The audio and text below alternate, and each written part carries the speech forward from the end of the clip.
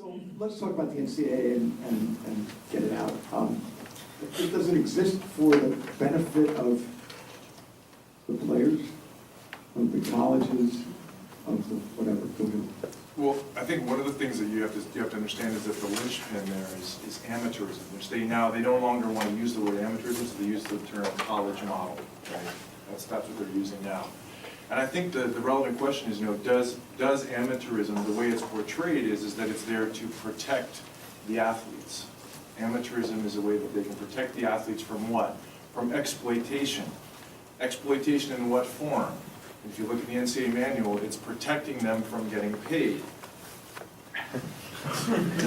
Wait a second. And that's really what it is. So now think about this for a second.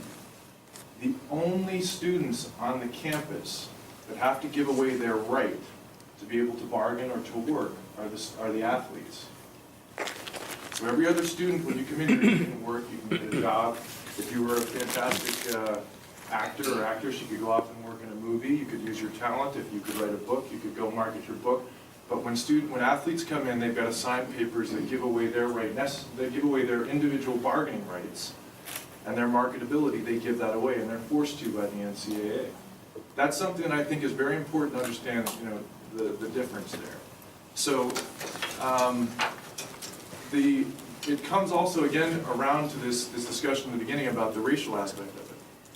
I don't know if anyone here, I would encourage all of you to go and read an article that was written by Taylor Branch. It's called The Shame of College Sports. Has everybody here read it, or anybody here read that article, Shame of College Sports? Nobody.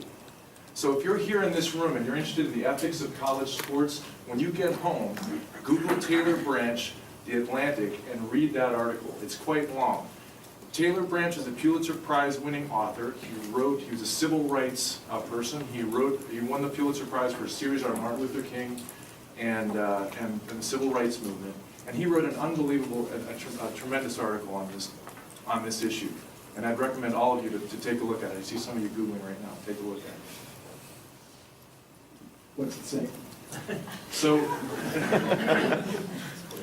what Taylor Branch basically says is he says that you've got to first address the athlete's rights.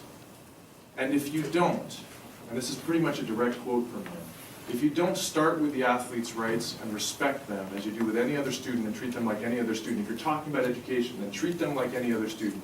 And if you don't, then essentially you're perpetrating a fraud.